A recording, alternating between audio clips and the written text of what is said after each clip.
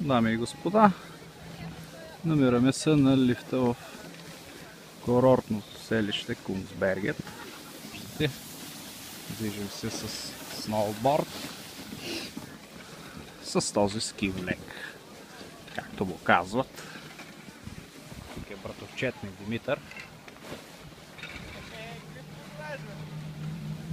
Той е въодушевен, че снимам клип.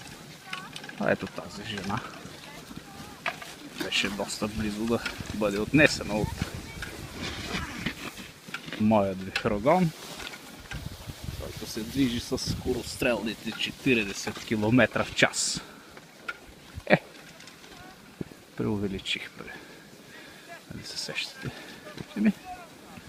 Смятам, че няма нужда чак догоре да снимам, защото все пак този телефон не бива да бъде мокрен, не е като тези новите модели, които са водоустойчиви.